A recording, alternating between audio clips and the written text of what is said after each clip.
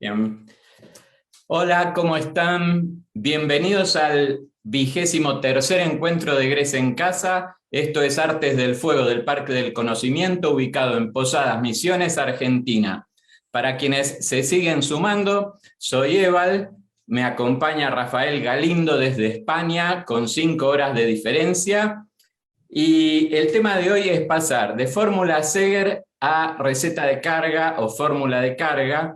Y lo que estuvimos viendo en la clase o encuentro anterior es cómo pasar de una receta de carga a una fórmula Seger. ¿Qué es la fórmula Seger? Estuvimos viendo que es una fórmula molecular unitaria en donde se expresan las proporciones relativas en moles de los óxidos componentes del esmalte, que en nuestro caso no son más de 10 u 11 óxidos, con el cuidado de llevar a la unidad o a un mol los óxidos de la columna de óxidos fundentes. También recalculamos el óxido de aluminio como estabilizador, el óxido de silicio, que es el formador de retículo vitrio por excelencia, para que esto sea riguroso, tenga consistencia nuestra fórmula. Ahora, sin más preámbulo, le damos la palabra a Rafael y arrancamos esta explicación. Bien,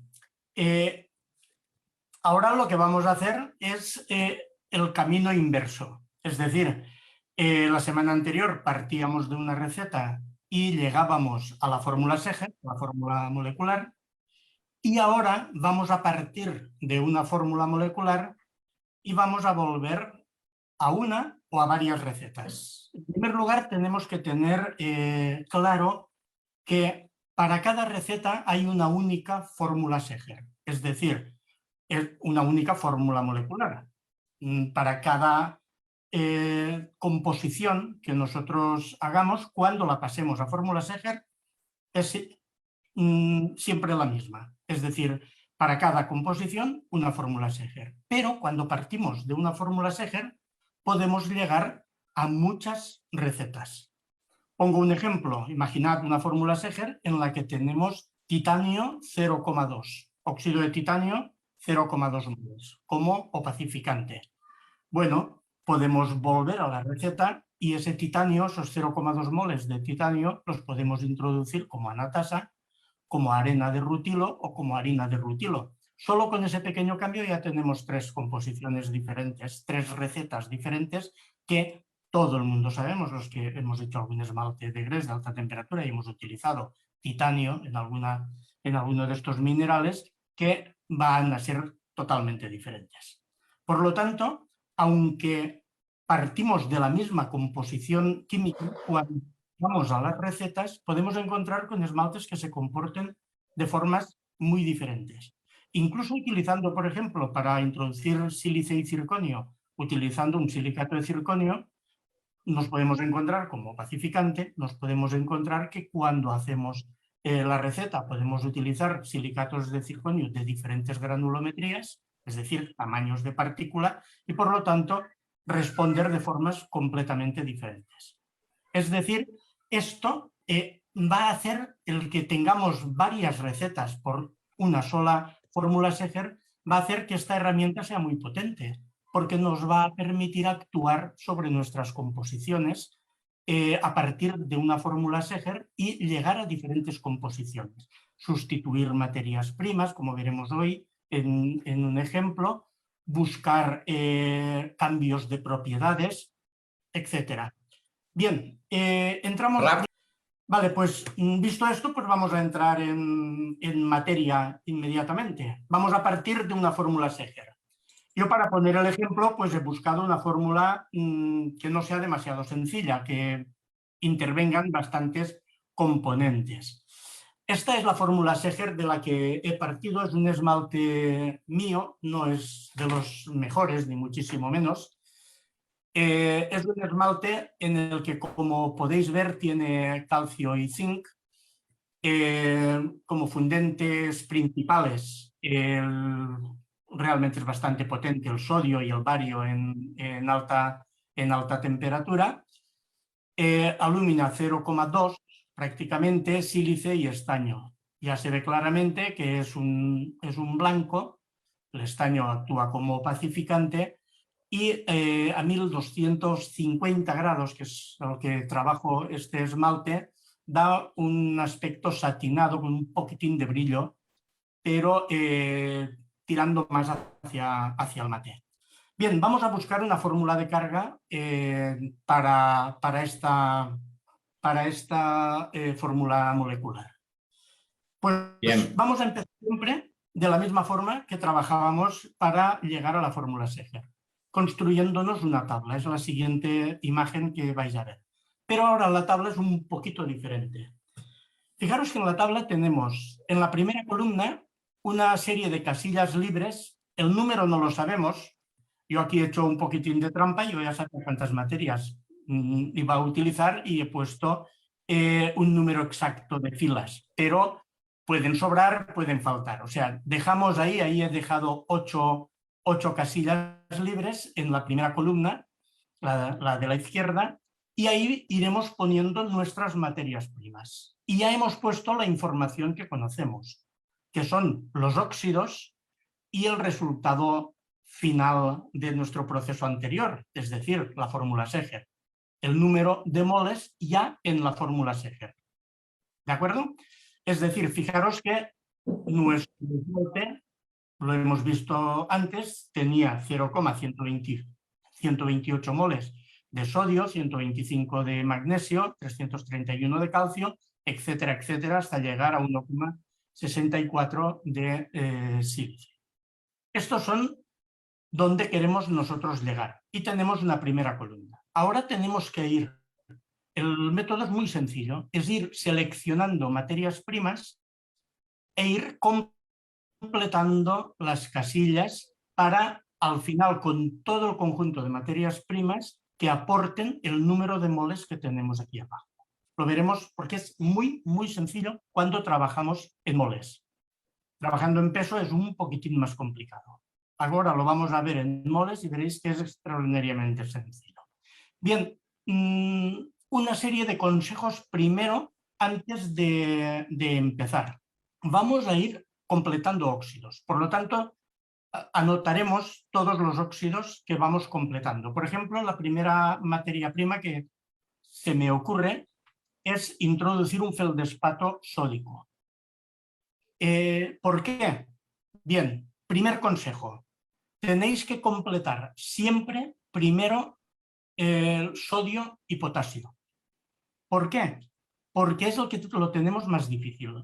Tenemos muy pocas materias primas, estamos hablando de esmaltes de grés, tenemos muy pocas materias primas para introducir los alcalinos sodio y potasio. Básicamente, feldespatos y sienita nefelina. ¿Por qué? Porque cualquier otro material, carbonato sódico, por ejemplo, nitrato sódico, son solubles en agua. Si vamos a aplicar nuestros esmaltes en agua, todos los componentes que utilicemos deben de ser insolubles en agua, porque si no, en la disolución pasan al soporte, alteran la composición del soporte y alteran la composición del esmalte. Le dan mucha inestabilidad al esmalte. No quiere decir esto que no podamos experimentar. Hay una serie de algunos esmaltes, como por ejemplo los Sino Carbon Trap, son esmaltes que introducen carbonato sódico, que es soluble, un 6, un 7%, pero en general no debemos de introducir, al menos al empezar a formular, no debemos introducir elementos solubles. La otra alternativa sería introducir una frita alcalina, en el caso en el que no tuviéramos otra alternativa, pero siempre va a ser preferible introducir un feldespato sódico para el sodio, un feldespato potásico para el potasio, o sienita nefelina que introduce sodio y potasio. O nuestras materias primas reales, que veréis que la mayor parte de feldespatos introducen sodio y potasio. Los sódicos mucho más sodio que potasio, los potásicos mucho más potasio que sodio. Bien, en este caso introducimos un feldespato sódico y completamos ya directamente la columna del feldespato sódico. Es decir, sabemos que nuestro feldespato sódico debe de introducir 0,128 moles de sodio, porque ya no tenemos ninguna oportunidad más de completar el sodio. Es decir, lo vamos a completar todo con feldespato sódico. Por lo tanto, añadimos en la casilla 0,128 moles. Esa cantidad. Claro, cuando introducimos 0,128 moles de feldespato sódico, estamos por la composición del feldespato sódico ya forzados a introducir 0,128 moles de alúmina y 6 veces más de feldespato, de sílice. En la siguiente diapositiva se ve claramente esto. Mirad, la fórmula del feldespato sódico, he quitado las otras fórmulas para que no nos líen. La fórmula del feldespato sódico que veis ahí introduce, por cada mol de feldespato sódico, introduce un mol de sodio, de óxido de sodio, un mol de óxido de aluminio y 6 moles de sílice.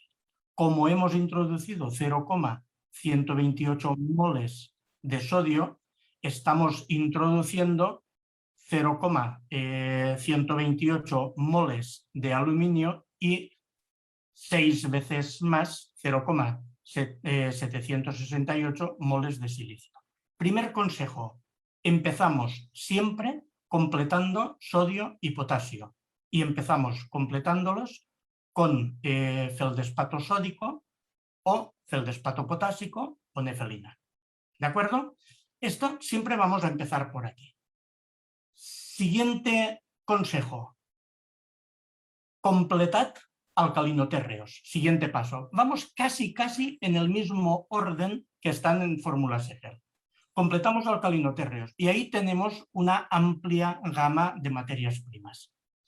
Las más frecuentes, las he puesto ahí, tenemos para el calcio bollastonita o carbonato de cal, para el magnesio dolomita o carbonato de magnesio, para el magnesio también el talco y para el bario y para el estroncio los carbonatos. Esto quiere decir que podemos, por ejemplo, podemos introducir magnesio mediante 3 materias primas, carbonato de magnesio, dolomita o talco. Aquí no se nos tiene que ir un poco nosotros aquí en España decimos que se nos vaya la olla, se nos vaya la cabeza, un poco así, o que nos vengamos arriba diciendo, bueno, pues todo el magnesio que tengo ahí lo voy a meter como carbonato de magnesio. Cuidado, el carbonato de magnesio influye mucho en las propiedades reológicas del esmalte. Lo hace muy espeso, muy viscoso, muy difícil de aplicar. Entonces, si puede ser, rehuimos el uso del carbonato. Una forma bastante habitual de introducir magnesio y calcio es la dolomita. Y aquí nos encontramos, la he elegido, la dolomita, aquí con fin didáctico. ¿Por qué? Porque quiero que veáis qué es lo que ocurre cuando estamos introduciendo un material que introduce 2 alcalinotérreos, que es el magnesio y el calcio. Fijaros que yo estoy forzado a introducir 0,125 moles de dolomita o moles de magnesio y no más. ¿Por qué? Porque esa es la máxima cantidad de magnesio que tengo. Por lo tanto, yo lo completo todo con magnesio. ¿Puedo completar todo el calcio con dolomita? No, no puedo. Porque entonces tendría que introducir 0,331 moles de calcio, lo que me obligaría a introducir 0,331 moles de magnesio, que son muchos más de los que yo necesito. Creo que se entiende bien, ¿no? Esto yo he rehusado anotarlo ahí por no poner demasiados conceptos, simplemente os lo digo ahora. Esto se le llama óxido determinante. Es decir, es el óxido que determina la cantidad máxima de material que podemos utilizar. En materias...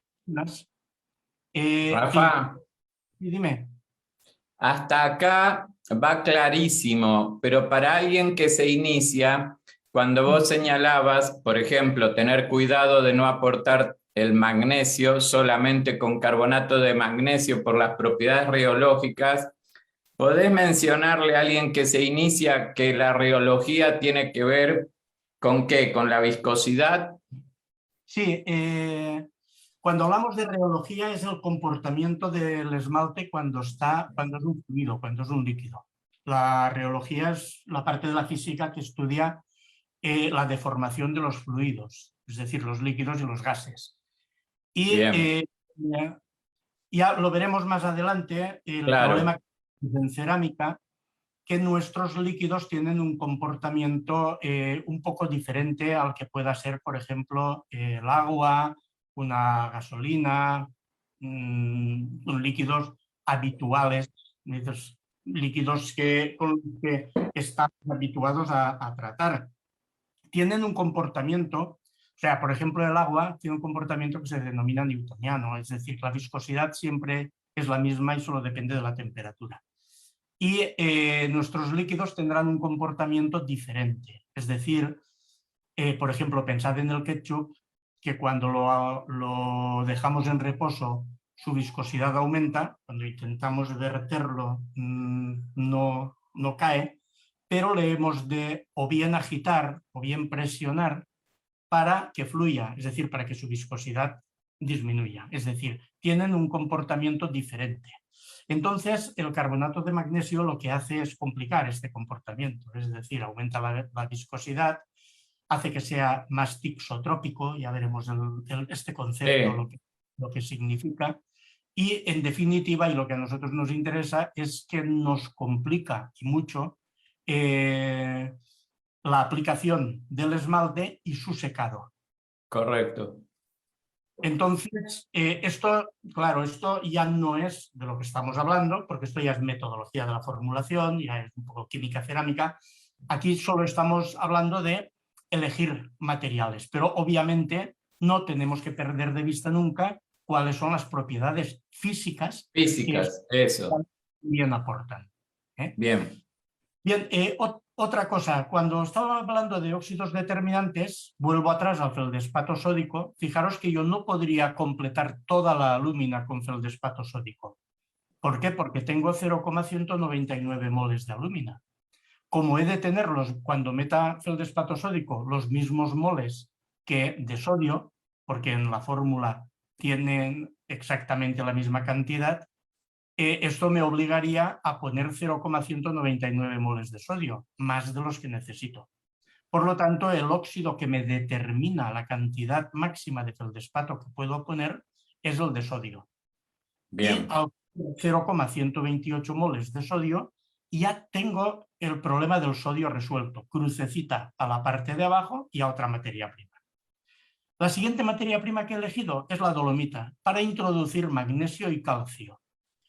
Ya me olvido del problema que me pueda dar el carbonato de magnesio. Ya tengo completo el magnesio, crucecita en la parte de abajo, pero he introducido calcio y no tengo completo el calcio. Fijaros que hemos introducido ya calcio, alúmina y sílice, pero no la cantidad suficiente que me pide la fórmula molecular. Fijaros que al trabajar en moles esto resulta bastante fácil. De hecho, esta tabla realmente con práctica la rellenaréis enseguida. Con la tabla de materias primas al lado se rellena muy rápidamente. Bien, vamos siguiendo, completando alcalinotérreos. Lo siguiente que tenemos es el calcio. Y para introducir calcio, a todos se nos ocurre pues, el carbonato cálcico inmediatamente. Es decir, en la siguiente imagen lo veréis, introducimos ya carbonato cálcico. ¿Qué cantidad? Pues ahora vamos a completar ya todo el calcio que necesitamos con carbonato cálcico. Habíamos introducido 0,125 y necesitábamos 0,331. Por lo tanto, ¿qué cantidad de carbonato cálcico tenemos que introducir? Pues 0,331 menos 0,125, es decir, 0,206. En la siguiente imagen esto lo veis resumido. Fijaros, hemos elegido el carbonato cálcico como materia prima. Vuelve atrás, sí, esa. Hemos elegido el carbonato cálcico como materia prima y el cálculo de la cantidad de calcio que necesitamos introducir en moles es 331, que tenemos la cantidad a la que tenemos que llegar, menos 125 que ya tenemos. El resultado es 206. Por lo tanto, fijaros, estamos introduciendo calcio con dos fuentes, la dolomita y el carbonato cálcico. ¿De acuerdo? Y ya tenemos tres crucecitas, ya tenemos el sodio, ya tenemos el magnesio y ya tenemos el calcio completo. Y vamos ahora a unos casos que son bastante sencillos. El bario, por ejemplo. Las formas de adicionar bario básicamente es el carbonato de bario y realmente también se puede con feldespato de bario. La materia prima habitual es el carbonato de bario. Es el que estamos utilizando. Nunca utilizaremos el sulfato de bario, que es una pena porque el carbonato de bario es tóxico y el sulfato de bario no. Pero si es posible, nunca utilizaremos sulfatos como materias primas, porque los sulfatos también alteran muchísimo las propiedades reológicas del esmalte. Con un poco más de un 0,5% de un sulfato ya no hay forma de aplicar el esmalte. Nos va a subir muchísimo la viscosidad. Entonces, un sulfato de bario aquí nos aumentaría muchísimo la viscosidad. Rafael, ¿cómo te queda? ¿Espeso? ¿Se coagula? ¿Queda viscoso? Sí, queda viscoso, se flocula. Se flocula. Bien, bien. Hace el efecto que si añadimos ácido en el esmalte, es un efecto parecido con los sulfatos. Bien. Bien, en este caso lo que hemos hecho, hemos optado por introducir carbonato de bario. El carbonato de bario, solo, la siguiente imagen aquí lo veis, solo introduce óxido de bario y CO2. Por lo tanto, realmente estamos ante un caso muy sencillo. Tenemos que introducir 0,246 moles de bario. Pues introducimos 0,246 moles de carbonato de bario. Y ya está, crucecita al bario y pasamos a otro. Bien, tercer consejo. Vuelvo un poco atrás. Completamos primero siempre alcalinos.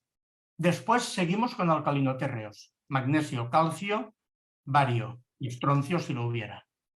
Después completamos con zinc y opacificantes, estaño, circonio, titanio. Aquí no tenemos ni circonio ni titanio, pero completaríamos con esos. Y nos dejamos para el final siempre, siempre alúmina y sílice. Esto es muy importante. Nos lo dejamos para el final porque siempre tendremos aquí tres cartas. Tendremos la carta del kaolín que introduce alúmina y sílice. Y si queda algo pendiente, o bien alúmina, o lo que será más frecuente sílice, introduciremos alúmina, bien alúmina hidratada o alúmina calcinada, e introduciremos cuarzo. Es decir, siempre podremos completar. Imaginad que lo hiciéramos al revés y cuando ya lo tenemos todo completo, nuestra última materia prima por completar es el sodio. ¿Qué hacemos? Óxido de sodio no podemos utilizarlo. ¿Qué hacemos? Es decir, volver a empezar. En un caso así no tendríamos más remedio que volver a empezar porque al final no encajaría. Habría un óxido que no tenemos ya ninguna materia prima para completar. Entonces, es muy importante siempre seguir el orden que os he dicho. Lo vuelvo a repetir. Primero sodio, potasio, después alcalinotérreos. Si hubiera litio, el litio lo podemos introducir junto con los alcalinotérreos en el espacio de los alcalinotérreos, bien como carbonato de litio, que no es soluble en agua, o que es bastante insoluble en agua, o como feldespato de litio, spodumeno o petalita. Bien, pues llegamos a... Rafa, el litio en los alcalinos. Sí, he hablado de alcalinos, pero he hablado solo de sodio y potasio. El litio es alcalino, es el más pequeño de los alcalinos, muy fundente. Me gustan mucho, particularmente los esmaltes de litio y animo a la gente a investigar con esmaltes de litio. Sí. Pero el litio es muy fácil de completar en estas tablas, porque puedes utilizar el carbonato de litio, sería el mismo caso que el carbonato de bario. Los moles de litio que necesites los introduces como carbonato y ya están. Sí. O bien utilizar un feldespato. o bien la petalita o bien el spodumeno. Bien, acá tenemos espodumeno y carbonato de litio. No sé a dónde habrá petalita, pero estaría bueno tenerla. La petalita introduce la diferencia desde un punto de vista de composición entre la petalita y el spodumeno, es que la petalita introduce menos cantidad de sílice que el spodumeno. El spodumeno introduce más cantidad de sílice. La petalita es 1,14 y el spodumeno, cito de memoria, es 1,18 o 1,19, 1,18. ¿Vale? Estaríamos así. Ahí he citado de memoria y no sé si no me habrá fallado la memoria. 1,14 o 1,15. Vale, entonces, con el óxido de zinc, pues lo mismo, en este caso es elemental, igual que ocurrirá con el óxido de estaño. Es decir, nos hace falta 0,170 de óxido de zinc, pues los añadimos. Y nos hacen falta ahora 0,123 de óxido de estaño, pues los añadimos. También es la siguiente imagen. Y como veis, ya tenemos ahí 6 crucecitas sobre un total de 8. Ya prácticamente ya hemos acabado con esto o con la primera parte. Porque eso ahora lo tenemos en moles y hay que traducirlo a peso, a fórmula de carga, a receta. ¿Qué nos queda? Alúmina y sílice. Cuando lleguemos a este paso, que es el último, el paso obligado, porque es la forma más económica de introducir alúmina que tenemos, es el caolín. Hay una forma más económica aún, que es alguna arcilla local. Ahora estamos en un caso sencillito de calcular. Si tuviéramos una arcilla local que queremos introducirle, imaginad que estáis haciendo un esmaltesino o alguna cosa así, pues necesitáis el análisis para poder trabajar con esto. En el caso del esmaltesino, la verdad es que no tiene demasiado sentido hacer esto. Bien, entonces, llegados a este caso, paso prácticamente obligado, introducimos caolín. ¿Cuál es el óxido determinante aquí? Es decir, ¿cuál es el óxido que nos determina la cantidad máxima que hemos de añadir? Pues fijaros que es la alúmina, porque cuando yo introduzco la cantidad que me hace falta de alúmina, que es solo 0,071 moles, solo estoy introduciendo 0,142 moles de sílice y aún me faltan 0,70 moles de sílice. Es decir, hace falta muy poca cantidad de alúmina y mucha de sílice. Por lo tanto, la poca cantidad de alúmina que nos queda la introducimos como caolín. Tenemos que ir también con cuidado con el caolín, porque es una arcilla, y todos los porcentajes que excedan del 7-8% de caolín, depende de la plasticidad que tenga, ya actuarán sobre la rheología, sobre la viscosidad del esmalte, pero no tiene una actuación tan brutal como podrían ser los sulfatos o como podrían ser el carbonato de magnesio. También el óxido de zinc actúa bastante sobre la rheología. Es decir, que en estos casos sí que tendremos que buscar soluciones, porque no vamos a limitar, si queremos una cristalización de zinc, no vamos a limitar la cantidad. Tendremos que buscar una solución a modificar estas propiedades físicas. Bien, ¿qué hemos hecho con el caolín? Hemos introducido la cantidad del óxido determinante, que es la alúmina, 0,071, y como en la fórmula del caolín, que la tenéis en la parte superior izquierda, por cada mol de alúmina tenemos 2 de sílice, pues tenemos que poner el doble de sílice, es decir, 0,142. Y como veis, 142 más 768 queda muy por debajo de unos 64. Pero el siguiente y último paso ya es muy sencillo. Solo tenemos que introducir cuarzo. ¿Qué cantidad? Pues la necesaria hasta llegar a unos 0,64. Es decir, unos 64 menos la suma de los dos que ya teníamos antes. Es decir, 0,768 más 0,142. ¿Vale? Y vuelvo a insistir, siempre para el final dejamos a la alúmina y a la sílice. Y de esta forma, generalmente siempre con la pareja caolín-cuarzo, los vamos a completar siempre. En algunos casos excepcionales, en esmaltes mates de alúmina con una gran cantidad de alúmina, pues probablemente necesitaremos algún componente de alúmina. pero eso ya lo veremos y ya, si podemos, pues ya introduciremos más cantidad de alúmina también en los feldespatos. A lo mejor si disponemos de un feldespato de cal o un feldespato de bario, pues los utilizamos aunque no es lo habitual. Bien, pues primera parte de la receta ya prácticamente hecho. Claro, aquí nadie diréis, oye, ¿dónde tienes la receta? ¿Ya has acabado? No, no he acabado. Cuando llegamos aquí, estas cantidades las tenemos que pasar ahora, primero, al número de moles de la materia prima, porque ahora tenemos el número de moles de cada óxido. Tenemos que ver el número de moles de la materia prima. Y en cuanto sepamos el número de moles de la materia prima, calcular su peso ya es sencillo. ¿Para eso qué hacemos? Pues a nuestra tabla, que se nos había quedado muy pequeñita, le añadimos 3 nuevas columnas: N, PM y X. N es el número de moles de la materia prima. PM, el peso molecular de la materia prima, y X es la receta. En la última columna tendremos lo que buscábamos, que es la receta. ¿De acuerdo? Entonces, vamos a ver el número de moles de cada materia prima sabiendo el número de moles de los óxidos. Esto realmente solo hay que mirar la fórmula, es muy sencillo. Recordad que en la fórmula molecular, cuando no ponemos nada es un 1. Lo ahorramos para simplificar las fórmulas. Si no hay nada, es un 1.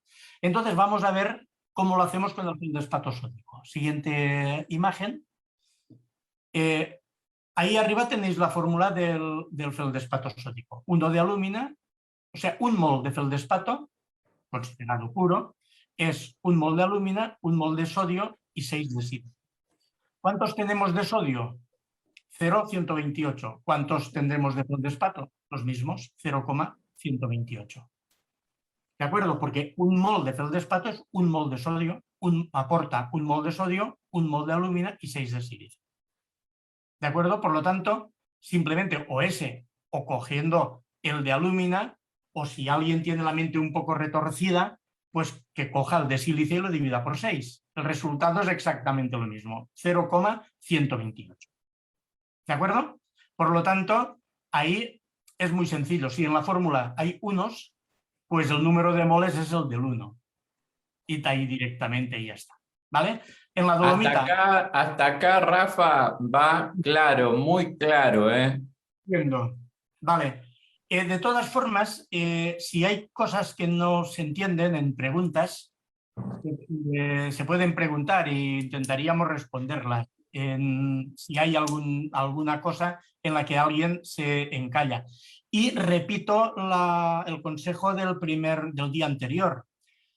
Como esto está grabado, no está de más volver sobre los pasos con bolígrafo y papel e ir realizando los cálculos a medida que se van viendo el vídeo. Bien, vamos a la dolomita. Ponemos la fórmula de la dolomita en óxidos. Supongo que ahora estaréis viendo la utilidad de cambiar las fórmulas que tenemos en química, respetando por supuesto las proporciones, pero cambiándolas a base óxido. Ahora se ve clarísimamente esa utilidad, porque estamos viendo que la dolomita, por cada mol de dolomita, aporta 1 mol de magnesio, 1 de calcio y 2 de CO2. ¿Por qué no tenemos el CO2 en nuestras columnas? Ya lo dijimos el día anterior. Porque la fórmula Seger es fórmula de un material cocido y el CO2 ya se nos ha ido por la chimenea, ya no lo tenemos en el esmalte. Entonces, aquí que tenemos 0,125 de magnesio y 0,125 de calcio. ¿Cuántos moles hay de dolomita? 0,125. Vuelve a ser bastante sencillo. Y esto prácticamente va a ser ya en todo. Es decir, ¿cuántos moles de carbonato cálcico tendremos? Pues en la siguiente imagen lo vemos. Tenemos 0,206 de carbonato cálcico. La fórmula del carbonato cálcico, CaCO3, se puede poner en óxidos también como CaO.CO2. Y esa fórmula puesta así nos está haciendo ver claramente que 1 mol de carbonato cálcico está aportando a la composición 1 mol de óxido de calcio y 1 mol de CO2 que se nos pide en desgasificación. Por lo tanto, lo que tenemos ahí es el mismo número, 0,206. Mismo razonamiento para el carbonato de bario. Carbonato de bario es BaCO3 y por lo tanto que la fórmula es prácticamente igual. 0,246 moles teníamos de bario, pues de la materia prima tenemos 0,246. Con el óxido de zinc y el óxido de estaño ya llegamos al colmo de la simplicidad, es decir, es el mismo óxido. He dicho que es 0,170 y 0,123 de estaño, son los que ponemos rápidamente ahí. Y con el kaolín, pues lo mismo que hemos hecho con el feldespato. Si vemos la fórmula del kaolín, tiene 1 de alúmina por cada 2 de sílice. Ahí la veis. Por lo tanto, el 1 de alúmina es 0,071. Número de moles de la materia prima, 0,071. Y el caso del cuarzo, más tan sencillo como zinc y estaño. 0,73 porque es óxido de silicio, pues 0,73 moles tenemos. Y ahora nos vamos a la tabla que vimos la semana anterior de los pesos moleculares y los copiamos directamente ahí. Es decir, en esa columna copiamos los pesos moleculares del feldespato, la dolomita, carbonato cálcico, carbonato de bario, etcétera, etcétera. Y ahora lo único que tenemos que hacer para calcular X es acordarnos de la relación entre número de moles, gramos y peso molecular. El número de moles es igual al número de gramos partido por el peso molecular. Por lo tanto, el número de gramos despejando es el número de moles por el peso molecular. Es decir, multiplicando las dos casillas de la izquierda, N y PM, obtenemos ya la receta.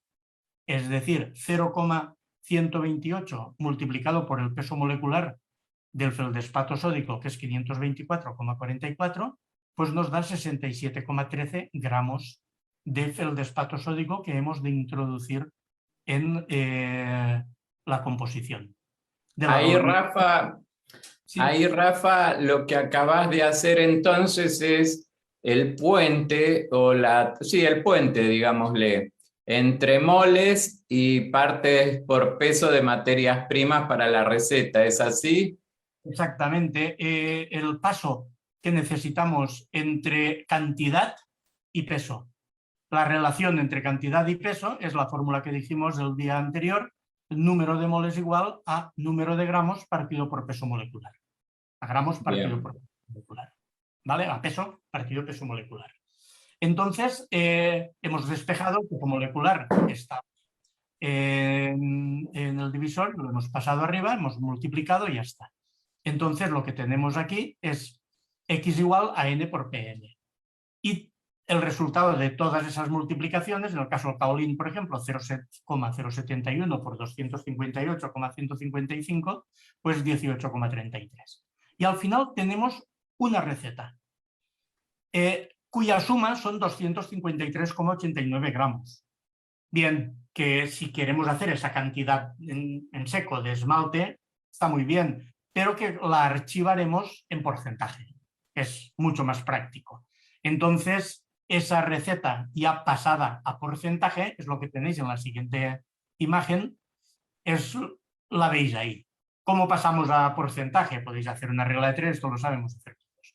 Podemos hacer una regla de 3 o si queréis, pues simplemente dividir por la suma y multiplicar por 100.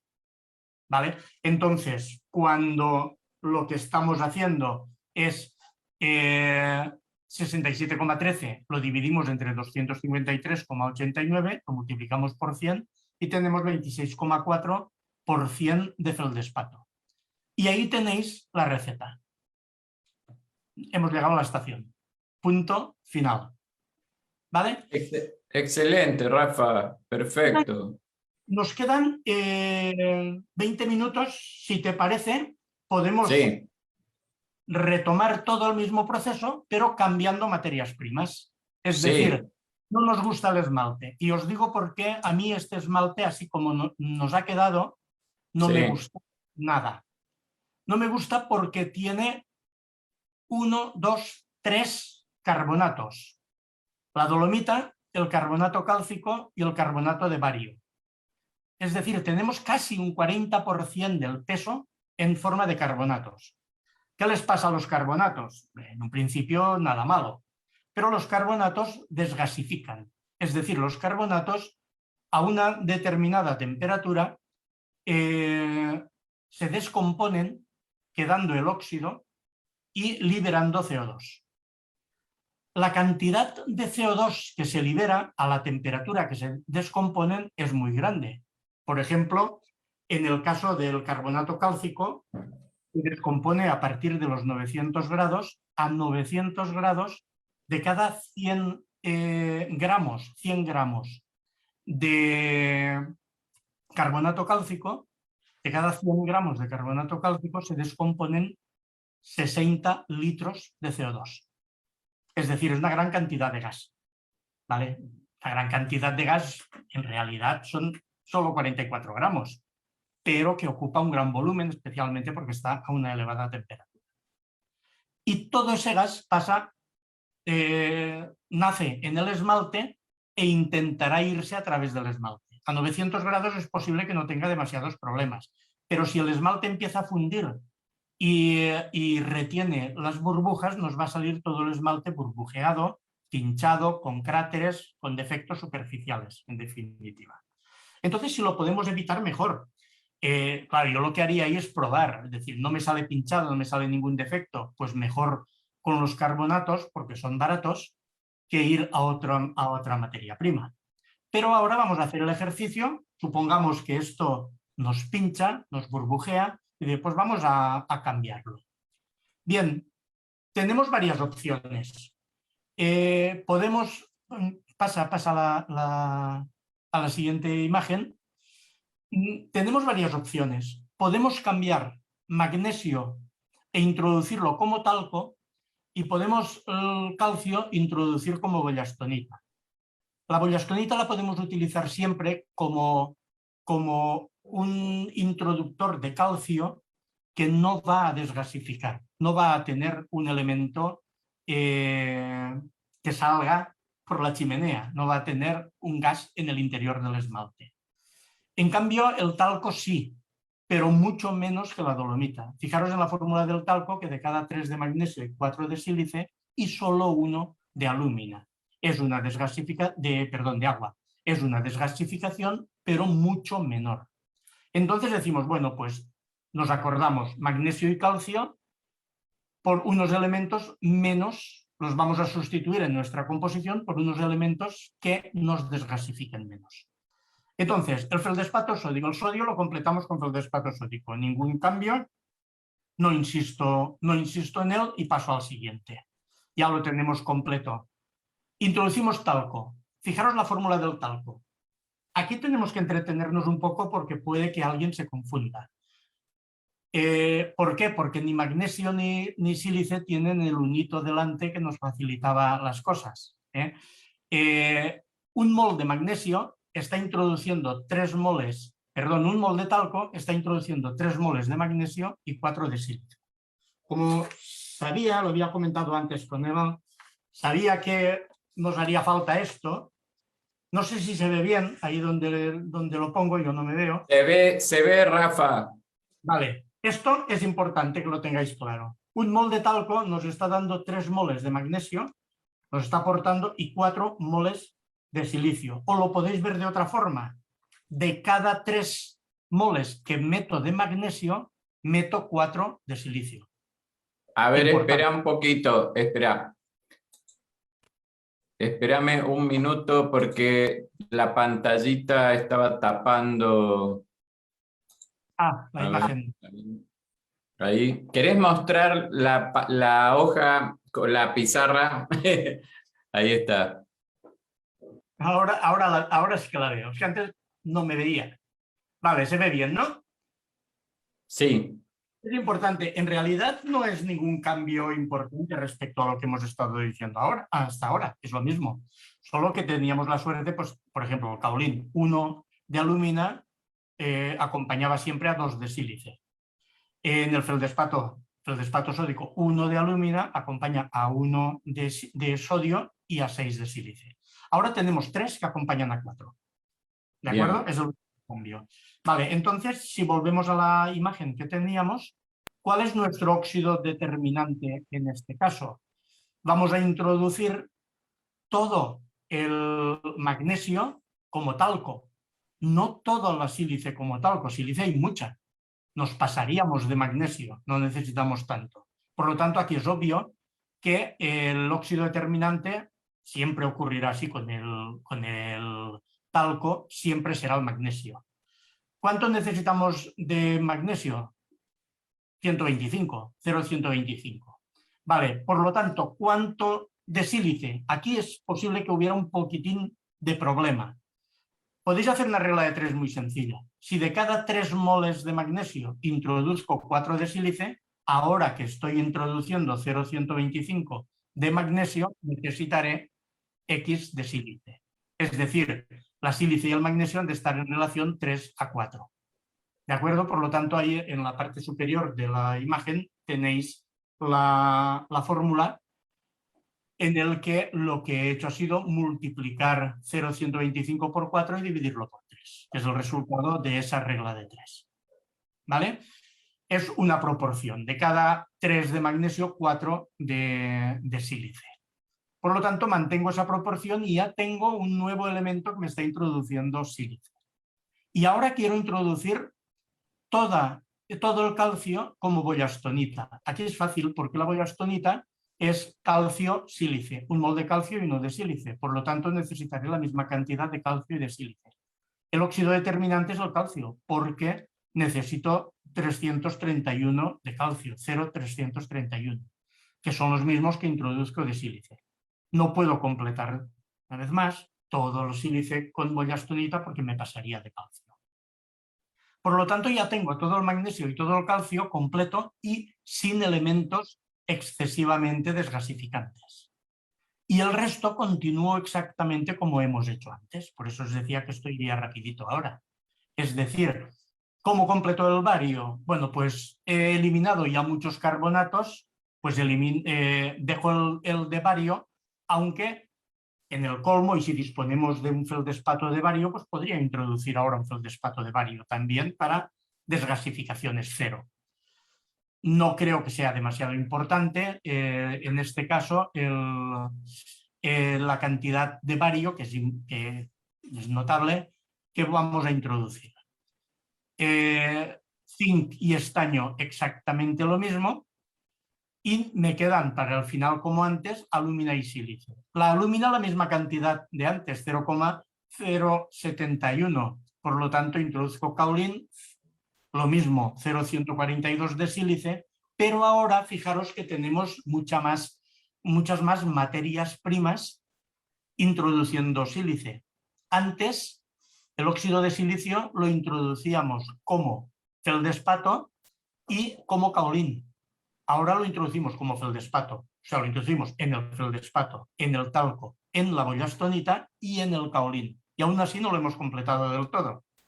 Hacemos la suma de todos esos y vemos que nos faltan 0,232 moles para llegar al completo de cuarzo. Bueno, pues los introducimos y ya estamos como estábamos antes. Añadimos nuestras 3 columnas y calculamos el número de moles de cada una de ellas. En la siguiente imagen podéis ver el número de las 3 columnas que vamos a añadir. ¿Y dónde podemos tener problemas en el talco? Como antes. Pero fijaros, un mol de talco introduce 3 moles de magnesio. Es decir, siempre hay 3 veces más magnesio que calcio. Por lo tanto, con dividir el número de moles de magnesio por 3, tenemos el número de moles de talco. Es decir, que la cantidad sería 0,125 dividido entre 3. Naturalmente, podríamos haber hecho el siguiente razonamiento. Siempre tendremos 4 veces más sílice que talco en moles. Por lo tanto, si tenemos 0,167 moles de silicio, lo dividimos por 4, nos da 0,042 otra vez y ese es el número de moles. De una forma o de otra podéis encontrar el número de moles que necesitáis para el talco. Recordad, la relación 1 mol de talco nos está dando 3 de magnesio y 4 de silicio. Y bien, y con boyastonita, bario, zinc, estaño, caolín y cuarzo es exactamente lo mismo que hemos hecho antes. Incluso en algunos casos son los mismos moles. Por lo tanto, ya ponemos carbonato de bario, zinc, estaño, caolín, cuarzo. Ponemos ya directamente los pesos moleculares, que es conveniente, insisto una vez más, que tengáis una tablita y ya vayáis directamente y no tengáis que ir calculándolos cada vez, y ahora multiplicando N por PM, número de moles por peso molecular, ya tenemos la fórmula de carga. Ya tenemos dos fórmulas de carga, vamos a ponerlas juntas y vamos a comparar. Las dos tienen una característica común, nos dan la misma fórmula Seger. La he pasado, perdón, que me he saltado ese paso, la he pasado a tanto por cien, lógicamente, la teníamos antes, y ahí tenéis, aquí tenéis en tanto por cien, y ahora fijaros que solo suma 234, antes sumaba 250 y algo. ¿Por qué suma ahora menos? Porque hay menos elementos desgasificantes. ¿Vale? Bien, pues las comparamos, final. Las dos fórmulas de carga, las dos recetas, se parecen, pero no tienen nada que ver. Aparentemente uno podría ver estos dos esmaltes y pensar que son dos composiciones moleculares diferentes. Yo hice un documento parecido a este, que lo colgué en la web, pero lo he descubierto hoy preparando la clase, y porque si no os lo hubiera puesto aquí, en el que me entretuve en una fórmula de carga en buscar recetas, y cuando me cansé ya llevaba 6, las puse las 6 y ya lo dejé, pero tenía hasta 6 recetas diferentes a partir de la misma fórmula Seger, que quiere decir Bien. que tiene la misma composición química, parecidas propiedades químicas, pero no necesariamente el mismo desarrollo de esmalte. Esto es importante que lo tengáis claro. ¿Vale? Eval, si quieres añadir algo.